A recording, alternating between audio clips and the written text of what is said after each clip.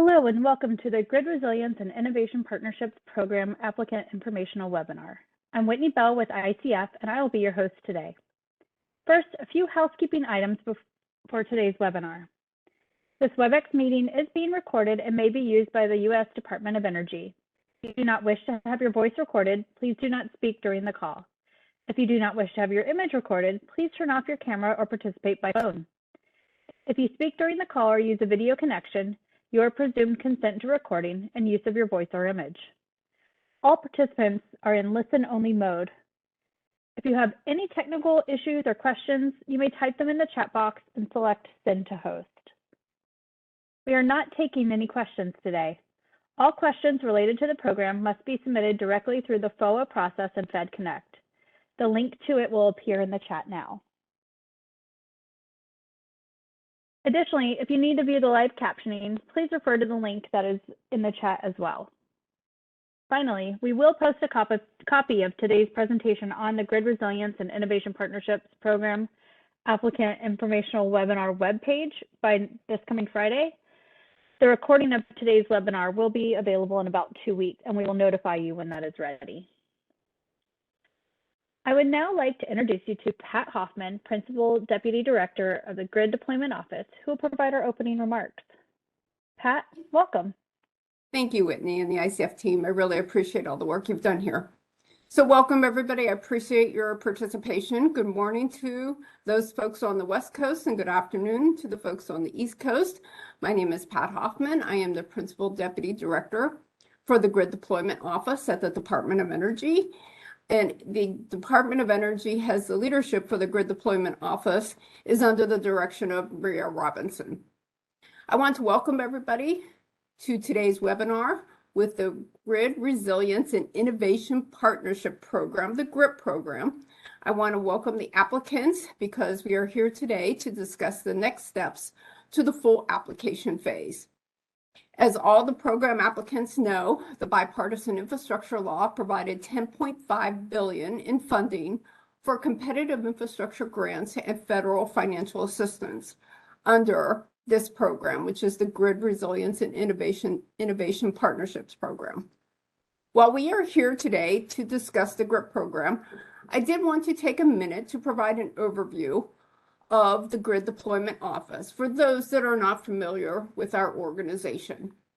In addition to this work that we will be discussing today, the Grid Deployment Office is responsible for overseeing $2.3 billion in grid resilience formula grants for states, tribal nations, and territories.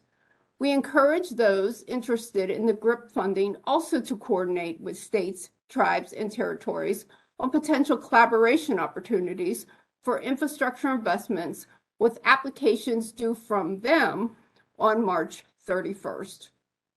The Grid Deployment Office also administers several transmission financing and facilitation programs available also through the Bipartisan Infrastructure Law and the Inflation Reduction Act. This includes $2.5 billion for a revolving fund program called the Transmission Facilitation Program. The request for the proposals just closed for this program for capacity contracts, and we are currently reviewing these transmission applications. We are also accepting comments on our Transmission Siting and Economic Development Grant Program through February 28th, which is a $760 million investment through the Inflation Reduction Act to support states and local communities in the siting and permitting of interstate and offshore electricity transmission lines. Lastly, but equally important, our organization, GDO's Power Generation Assistance Division, runs a $6 billion civil nuclear credit program and also a $760 million hydroelectric incentives program.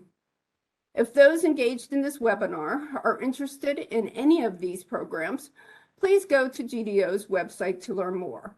One thing that I would like to highlight is our program conductor materials on the website that includes a more detailed information on various grid and transmission financing opportunities available through GDO and at DOE writ large. For the context of today's webinar, President Biden has set ambitious goals of reducing U.S. emissions at least 50% below 2005 levels by 2030 and reaching net zero emissions by 2050. To reach these goals, we need to make our country's power sector 100% clean by 2035. In January, we launched the Building a Better Grid initiative to catalyze the nationwide development of new and upgraded high-capacity electricity transmission lines and support investments to modernize the flexibility and resilience of the distribution system and create a more resilient electric grid. We know that engaging states, local governments, tribes and community, and the private sector is critical to the success of all our programs. The GRIP program is an important tool for DOE to support meaningful engagement and investment that includes Justice 40, such that 40% of the overall benefits of federal investments flow to disadvantaged communities. So with that high-level overview, I now will turn it up either back to Whitney, and to Colin Meehan, who will lead today's webinar on the next steps for GRIP. Thank you, Pat. As Pat said, we now welcome Colin Meehan, Project Manager for the GRIP program with GDO, for his remarks on the Grid Resilience and Innovation Partnerships program, the full application phase. Colin, I'll go ahead and turn it over to you. Thank you, Wendy, and thank you, Pat, for the introduction, and thank you everyone who's joining us today. Really excited for this update on the GRIP program, and I'm just going to go ahead and jump into it with just a first and foremost the notice that we've had on our webinars before and will continue to have. Want to recognize that none of the information discussed here is legally binding, and strongly encourage everyone who is attending this webinar and who is considering applying to review the materials in the FOA itself, that in the event of any conflict between what I say in this meeting and what is written in the FOA is the document of record and will win the day, so to speak. So moving in, I want to just lay out the agenda for today's discussion. First and foremost, we want to provide everyone with a very high-level summary of what we've seen so far from the concept papers. I think we've learned some lessons that we want to share with the potential applicant pool, with the intent to help you all as you consider the full application process and to help guide you and give you some additional feedback. We also want to provide a few important updates and considerations for the full application process as you prepare for those. And as I believe Wendy noted, there will be no Q&A for this webinar. We, again, encourage everyone to submit any questions that you have through the FedConnect portal. We are doing our best, and I think we've now updated and responded to every question that we can. I think we've got over 120 responses up there right now. So really encourage you to send any questions there that you might have. First, I do want to spend a little bit of time on an overview of the program itself, the Grid Resilience and Innovation Partnerships Program. We do have three topic areas: the Grid Resilience Grants, the Smart Grid Grants, and the Grid Innovation Program. Hopefully you're all at least familiar with one of these topic areas, and I'll spend a little more time talking about each of them. I actually want to really emphasize the Department of Energy goals for the GRIP program, because we're going to be talking about that a lot today. They do ultimately inform both the review criteria for the concept paper as well as the technical review criteria for the full applications. And so those goals are important for you all to be aware of and ideally integrate into your application process. They are listed here to transform community, regional, interregional, and national resilience, importantly including a consideration of future shifts in generation and load as we continue to see transformation in the electric grid, both on the demand and the supply side. To catalyze and leverage private sector and non-federal public capital for impactful technology and infrastructure deployment. And finally, but equally important, to advance community benefits. And we'll be talking about more of all of those in more detail throughout today's discussion. The deadlines for all of the concept papers have passed, and as we'll discuss, we're starting to see some results as we've begun the review process. Some of you for topic areas 1 and 2 in particular should have received, in fact, all of you for topic areas 1 and 2 should have received notification letters, and I'll talk about that shortly. Again, by way of background, I think this is a helpful and informative table for you all to take a look at. And just as a reminder, this information is in the FOA. And for each of the topic areas, we have an anticipated number of awards for this funding cycle. And I think that's really important to keep in mind as we go through the information that we've seen from the concept paper so far, as well as the approximate total federal funding for all of the awards in each topic area. This is a really, really helpful summary table for anyone who has trouble keeping the topic areas separate. I have myself from time to time, especially as I was learning the ins and outs of this program.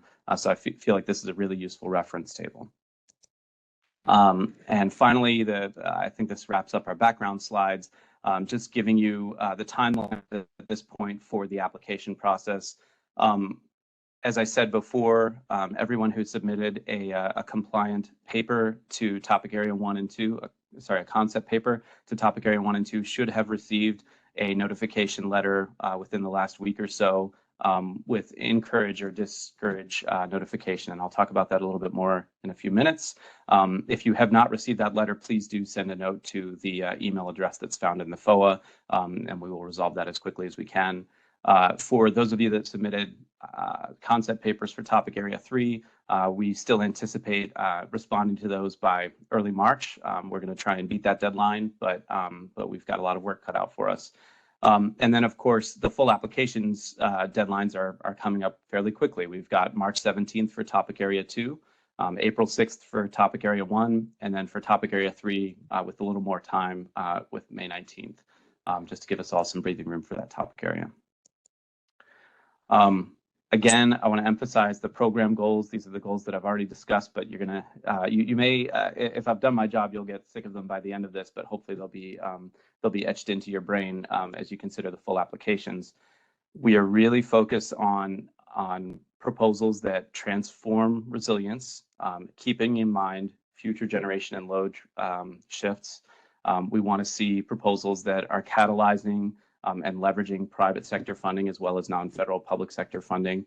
We are looking for proposals that are modernizing the electric grid and preparing us for the future growth that we expect to see in the electric grid and the future changes that we expect to see in the grid infrastructure, and ultimately in a way that reduces the impacts of extreme weather and natural disasters, which we know continue to grow. And again, a very important emphasis for us is to see proposals that advance community benefits. We'll talk about each of these in more detail throughout the discussion. So this is the big reveal, I guess you could say. We have received a tremendous amount of interest for all 3 of our programs, over 700 concept papers across the entire program.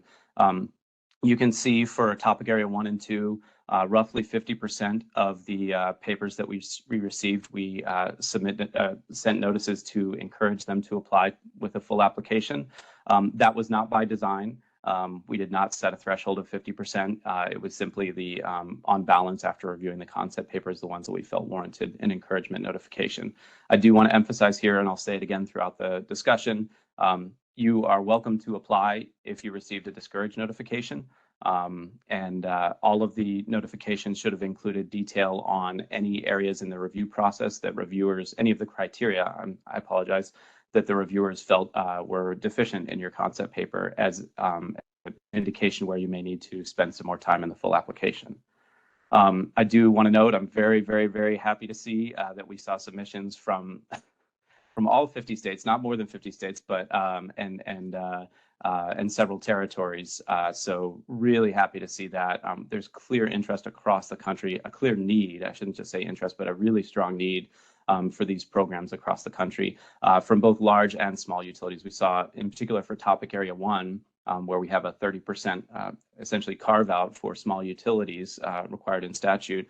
We saw, I believe it was 110, possibly a little bit more concept paper submissions from small utilities. So I was very encouraged to see that. There's clearly a need for the different programs that we have here, and we want to make sure that they succeed. And our goal here is to help guide you as you move into the full application process and help you succeed, because that's the way this program is going to work best. Again, because we've seen such strong numbers, and if you'll recall from a few slides back, our our anticipated number of awards for each topic area ranges from about 10 to about 40. We expect these to be very competitive, and we want to help all of you develop the most competitive applications that you can. And really a key guiding light for all of that is going to be our strategic goals, transforming resilience, catalyzing investment, and impactful and advanced community benefits. To spend a little more time on the response letters, if you've received one, they would have been sent to the registered business's point of contact. So whoever submitted the application should have received the response letter. We did have a few problems with just email address typos and things like that. So it's possible if you did not receive a response letter that that there's an issue there. Please do reach out, and we want to resolve that as quickly as possible so that you can get any feedback that you need as you consider a full application. Again, they included an encourage or a discourage notice. In both cases, they should include guidance in terms of what criteria. There were 5 review criteria in the concept paper stage, and what, if any, of those criteria reviewers felt that your concept papers fell short in. Unfortunately, just due to the number of applicants, we're not able to provide more detailed review information at this stage. We certainly will in the full application stage. And really part of the purpose for this webinar is ultimately to provide all of you with some feedback on the trends, both the encouraging trends and some of the trends that are a little more concerning that we'd like to see everyone keep in mind as we go to the full application stage. Regardless of whether you submitted or received a discourage or encourage notice, you can submit a full application. I'm going to continue to emphasize that. I want to make sure that folks understand that. I do want to note that our review process at this stage did not include a determination of whether a particular entity was eligible. So I would say we highly recommend, not just highly recommend, it's essentially required that you review all of the FOA eligibility requirements to determine that whether or not your entity is eligible. That's not something we did at this point in the process. So I want to talk a little bit about some promising things that we saw in the concept paper responses. First, again, there's just a very clear need for these kinds of projects throughout the country, whether it's a small utility that has been trying to upgrade their system for a long time to modernize and move into the 21st century, or the larger proposals that are creating a completely new program or something that we've never seen before. We're seeing a lot of need for these opportunities to move us into a modernized and a better grid. We've seen, I think, across the proposals, very strong technical grounding in general. That's not to say that every proposal had strong technical grounding, but that seemed to be an area where most concept papers excelled. We did see a fair amount of creative and transformative projects, and transforming the grid is, again, one of our overarching goals. And so it's really important to see that and to understand what in your proposal you feel is transformative. And I do want to take a moment to say transformative depends on what you're transforming from as well. We recognize that different utilities are in different parts of their life cycles. And I shouldn't just say utilities, but also service territories and other infrastructure are in different parts of their life cycle and may need to be transformed into something that's a bit more modern, and others that are farther along may be able to take further steps, and we recognize that. It was encouraging to see that in general, this industry has a strong track record with diversity, equity, and inclusion and accessibility initiatives within their workforce. In general, we're seeing a lot of positive feedback on relationships with local labor and workforce groups, whether it's labor unions or economic development groups. And very, very encouraged to see a lot of use of the climate and economic justice screening tool to identify Justice 40 communities. As Pat noted, that's a really critical part of not just our program, but the entire administration's objectives to ensure that that 40% of the benefits from the infrastructure bill accrue to disadvantaged communities and Justice 40 communities. So it's really encouraging to see that folks are using that tool. That's why it's there. We want to talk about next steps and what you can do with that tool beyond simply identifying the communities, because that's important as well. I do want to highlight a few areas of concern and where we see room for improvement in general. I recognize that this is the concept paper stage. We all recognize that, and the concept paper page limit was relatively short, and that was done with good reason. So that might have made it challenging to provide some of the details that you might have otherwise provided. That being said, even within the space provided, I think it's fair to say that we saw a lot of lack of clarity on the impact of funding from these programs. So I'll talk about that more later, but ultimately we want to see a much more clear demonstration of how our funding will affect a particular project. Again, one of our strategic goals being to catalyze private sector and non-federal public sector funding. Community engagement and community benefits is an area where I think a lot of applicants are still trying to develop their responses there, and that we're actually going to have a training on that. I'll talk about that towards the end of this presentation. Similarly, for cybersecurity and security in general, we're going to offer a training for that as well, because we want you all to be as well prepared as we can. I want to be clear on this bullet. For initiatives that have not yet begun, and by not yet begun, I really mean for initiatives that have not yet been detailed. I don't mean that Steel in the Ground has to have begun or anything like that. For initiatives that have not yet been fully detailed, or applicants maybe have not identified a specific location or some other important details of the project, we would like to see a rationale and a reasonable timeline with goals for implementing those projects. We recognize that part of what we're looking for are cutting edge proposals, are proposals that maybe have not been fully built out. We've seen a lot of proposals that are fully built out. To the extent that you haven't been able to do that, we just want to understand why and understand what your timeline is for implementing the proposal, so that we can get a better sense of it. Again, always going to refer you back to the FOA itself. Please see section 5 for the full review criteria for both the concept paper and as well as for the full application, which is really what's relevant now. A couple of important eligibility considerations that I really do want to emphasize. And I want to pause for a minute here and say, for folks, I recognize this is a long webinar. There's a lot of detail to get through. This is an important time to pay attention. We're going to start talking about in detail some of the things that for those of you that are going to be submitting full applications, you will need to know in the process of submitting your application. First, in topic area 1, an important clarification that we actually issued in a FOA amendment earlier this week. New in topic area 1, that's the grid resilience program, new transmission lines at or above 69 kilovolts are not an eligible use. We've made this determination for that program in general, the one resilience program. There are several other transmission facilitation programs. Well, there's the transmission facilitation program, several other programs in the transmission division, as Pat highlighted, that are intended to support transmission development, as well as our topic area 3 program, which supports larger transmission development as well. So I want to emphasize that. Also, construction of a new generating facility is not an eligible use of funding in topic area 1. That is not a change. That's been in the FOA really since the start, and I believe it's actually in statute. For topic area 2, these are some really important things. This is a smart grid grants program.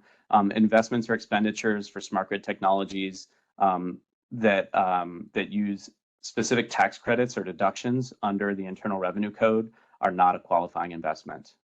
So that's important for folks to be aware of.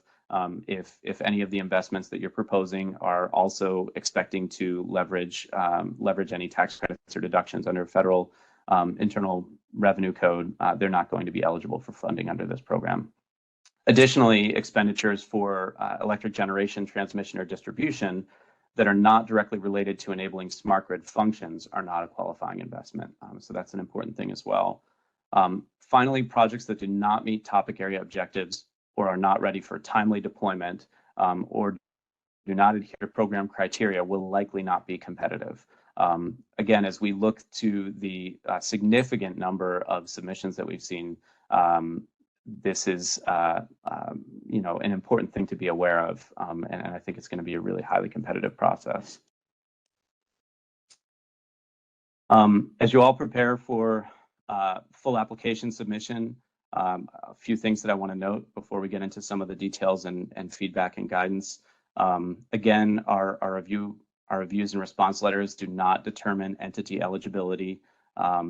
Every potential applicant must review the FOA guidelines thoroughly before application submission. This is really critically important. All of the programs, we know this now, based on the number of applicants we've seen, the number of concept papers we've seen, we're confident that all of the programs and the selections will be competitive. So we just are really strongly encouraging you to put your best foot forward. We want to see strong applications. We encourage all of you to apply. If you've got a proposal that you think merits an award in one of these programs, and we just want to help you improve or get together the best application that we can, because that will help the program succeed. I also do want to remind everyone on this call, there is an upcoming award cycle for fiscal year 2024. We don't have a specific date for the beginning of that yet, but we anticipate Q1 fiscal year of 2024. And we recognize that some of you may need more time to develop your full application, so we encourage you to look towards that as well, towards that cycle. We anticipate further funding cycles as well. These are not the only 2 funding cycles. So we've gotten a lot of concern from folks that this might be the only opportunity, and I just want to put that completely to rest. There are going to be additional funding cycles. We're very excited about having this program be able to be around for the relatively long haul. There's clearly a strong need for this, so we know we're going to continue to see applications throughout the other funding cycles. So just encourage you, if you feel like you need more time to pull together a full application, keep in mind that you will have more opportunities in the future. One last slide before I get into to the details of providing some feedback to you all. This is really critically important for everyone. The registration requirements that are laid out on pages 3 through 5 of the FOA are very important for you to take a look at, to review thoroughly, and ensure that you've begun this process. You have to be registered for SAM. You have to have a UEI number and register with grants.gov before you can submit an application. This is simply a requirement. If you have not begun that process, you need to start it immediately if you're planning to submit an application. Again, just please ensure that you've reviewed and completed the registration requirements. This is critically important. So I just want to emphasize, I know for a lot of our potential, for a lot of our applicants, this is a new process, and we understand and recognize that. We want to give you as much time as we can, and we've tried to signal that throughout this program, that this is the process that you're going to be required to go through.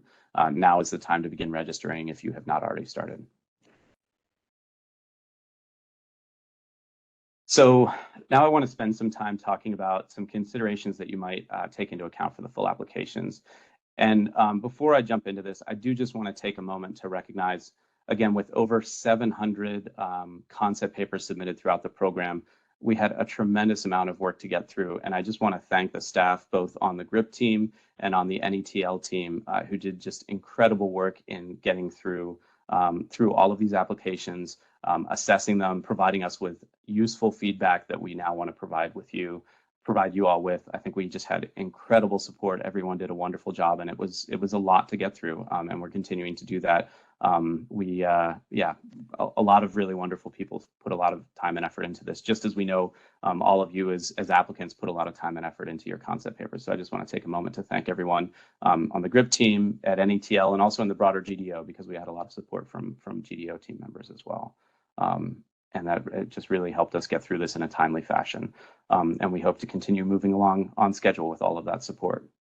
So again, the first strategic goal, catalyzing and leveraging private sector and non-federal public capital for impactful technology and infrastructure deployment. We need applications to demonstrate why and how the Department of Energy funding is going to catalyze and leverage additional capital to support deployment. I think this is a really important thing for applicants to understand. We have seen, a fair amount of concept papers that are very clear on this and clearly demonstrate how the Department of Energy funding is going to impact the project, how it's going to lead to additional or accelerated deployment of whatever it is that they're proposing. But we've also seen a fair amount of concept papers that did not include that kind of detail, and that were really very, if they touched on this issue at all, did not give it much time or much detail. This is going to be a very important part of our evaluation because ultimately we want this program to lead to additional investment and additional deployment. That's critically important. So we want to make sure that in your full application you have enough detail for us to have a confidence that our investment is going to make a difference. That's really what it comes down to there. Our next strategic goal is transforming community, regional, interregional, and national resilience, including a consideration of future shifts in generation and load. And the operative word here is transform. Just like the last word was catalyze. I feel like we're going to have a word of the day or something, or 3 words of the day. But transforming resilience is really critical here. We want to see proposals that are making a transformational change. There are lots of different words you could throw in there, but ultimately we're not looking for just kind of a, I don't know what you would call it, more of an incremental change. We're looking for something that really, transforms, whether it's a local community or regional or national level project. We want to see something that is having an impact that is more than just a kind of incremental or business as usual approach.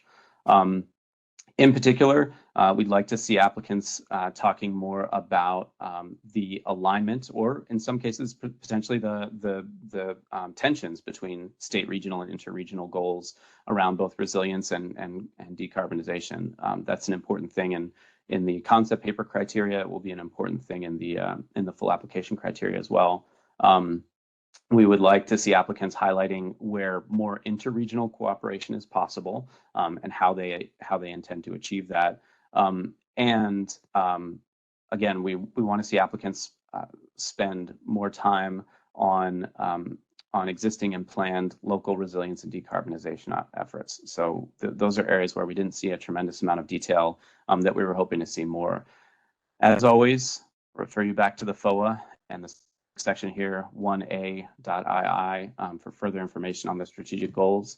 So I'll just continue to say, if you have a question, the FOA is the guiding document. And I think I recognize that there's a lot to get through in the FOA, but we've highlighted the specific sections here that are relevant to this discussion, and really encourage you to spend some time looking at that. And last, but certainly not least, actually critically important, is advancing community benefits. So we have, we want to see catalyzing investments, we want to see transforming resilience, and ultimately advancing community benefits. We recognize that resilience and electric grid innovation and deployment in general creates benefits for the community naturally. It can improve electric service, it can create jobs. We want to see proposals that do more than that advance benefits. And in particular, I'll just say we do not need to see a community benefits plan that is currently being implemented in the full application. We recognize that before the project or the proposal is underway, you're going to need to do some work, some groundwork, some outreach. It does not need to be a completely implemented for the proposal to demonstrate that you have a thoughtful community benefits plan. What we're really looking for are some tangible goals, defined stages, and accountability, and that's really critically important. In terms of what we were seeing from concept papers where we'd like to see some improvement, we would like to see a little more specificity with regards to the communities that your proposal impacts, and a clear demonstration of engagement with the communities throughout all stages of the project. So to our minds, to be successful both in the Justice 40 mission, but also in overall providing community benefits, you have to work with the communities. You have to engage with them, and engagement goes beyond simply briefing them on the proposal. It really includes incorporating them into the project, into all stages of the project process, including the planning stage. So incorporating community input is really critical. And to the extent that your project does provide Justice 40 benefits, we would like to see details beyond the fact that that the project impacts areas that are identified as Justice 40 communities. We recognize that creates some natural benefits, but we need to go beyond that and advance this entire process. We've seen proposals that have discussed union and labor agreements and community agreements and letters of support. Those are all really good and helpful things that we appreciate, including even in the concept paper stage. We would really like to see that kind of work happening in the full application stage. And to the extent that that work hasn't been able to begin yet, all we ask for is an explanation and a recognition that that work, when that work is going to begin, and a commitment and a manner to hold yourselves accountable. I want to spend a little while talking about the cybersecurity plan.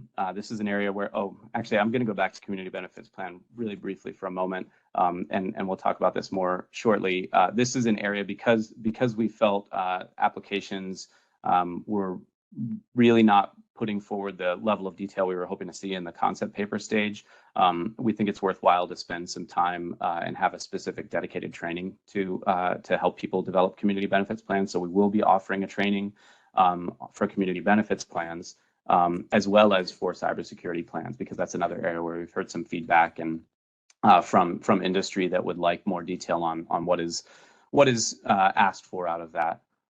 First, I want to say the cybersecurity plan requirements apply only to topic areas 2 and 3. Topic area 1, we certainly expect all proposals to incorporate best practices that relates to physical and cybersecurity and other means of security. But specifically, there is no funding for cybersecurity is not eligible under topic area 1. We certainly expect everyone to still continue with their best practices, but for topic areas 2 and 3 specifically, we are requiring a cybersecurity plan. And as described in the FOA, these investments are intended to benefit the resilience and the reliability of the U.S. grid. Cybersecurity is a core element of that reliability. And I think it's important to understand the staging of the cybersecurity plan.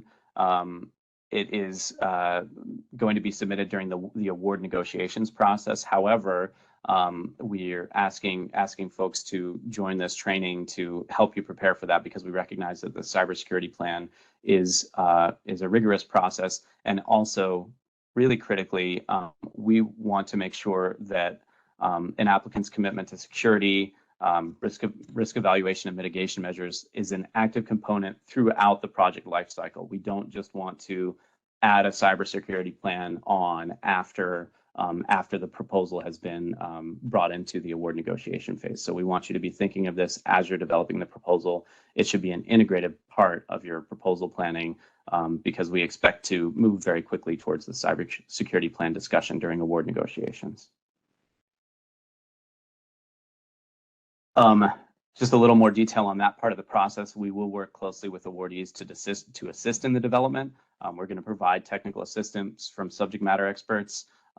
We want to make sure that it is done correctly, that we have projects and proposals that maintain the integrity and the resilience of the grid. Without that, our program will not be successful. So we see it as a shared responsibility among all the different partners that are involved in the proposal. And it's critically important that we work together with DOE staff, subject matter experts, to build a strong relationship, because this is going to be an iterative process. The initial cybersecurity plan will continue to be updated throughout the course of a project's life cycle. A few additional program updates, and we're actually just about at the end of our presentation. I just want to highlight that, again, we have a community benefits plan training opportunity on February 27th, and a cybersecurity training on February 28th. These are not required, but they're certainly highly recommended. They're great opportunities to learn more about both of these requirements in the full application process.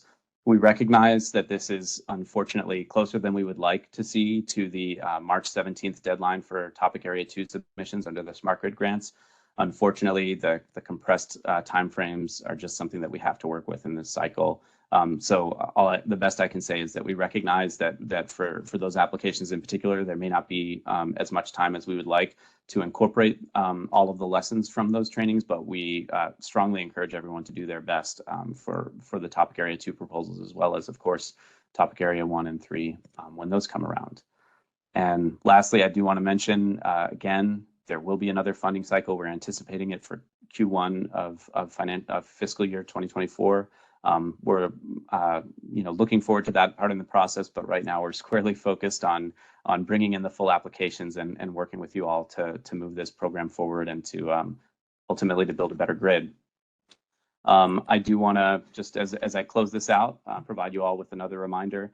I hope I've provided useful information. I hope everything I've said is fully in line with the FOA, but to the extent that it is not, the FOA is the governing document. So please, if there are any questions in your mind, go back to the FOA. If there's anything that I've said here that for some reason seems in conflict with the FOA itself, the FOA is the correct document. If you have any questions after this meeting, again, I urge you to submit them through the FedConnect process. That is, I think Whitney provided a link to that in the chat, but it's also linked to in the FOA itself. I just want to close out with just a real expression, a sincere expression of gratitude for all of you. I know it was a lot of time to put in to pull these concept papers together. I'm so encouraged to see all of these great proposals. It is, frankly, it's a little bit surprising to me just to see the level of interest and the level of need really around the country, but we really appreciate the time that you've put into this. We hope that this webinar has been helpful in guiding you towards the next step in the proposal, because ultimately we want to give you the feedback that we can in the most effective way possible. But thank you all for your time. And with that, I think that concludes my part of the presentation. So I'll go ahead and wrap up. But thank you again, and we really appreciate your working with us. Thank you, Colin. As Colin had said, I want to reiterate, if you have any questions related to the GRIP program, can be submitted through the link that is in the chat for everyone. Additionally, a copy of today's slides will be available on the webinar's webpage by Friday, and the recording will be available in about 2 weeks. We will send you an email when it is available.